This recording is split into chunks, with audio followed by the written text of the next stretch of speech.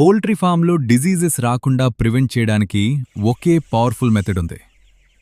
అది biosecurity. Biosecurity follow చేయకపోతే ఒక్క డిజీజ్తో ఎంటైర్ ఫ్లాక్ రిస్క్లో పడుతుంది.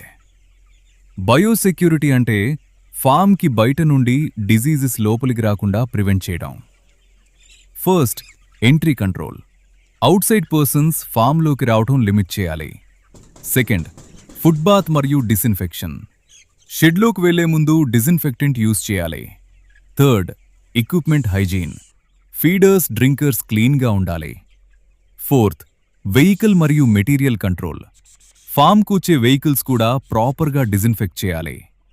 బయోసెక్యూరిటీ స్ట్రిక్ట్గా ఉంటే డిజీజ్ రిస్క్ చాలా తగ్గుతుంది.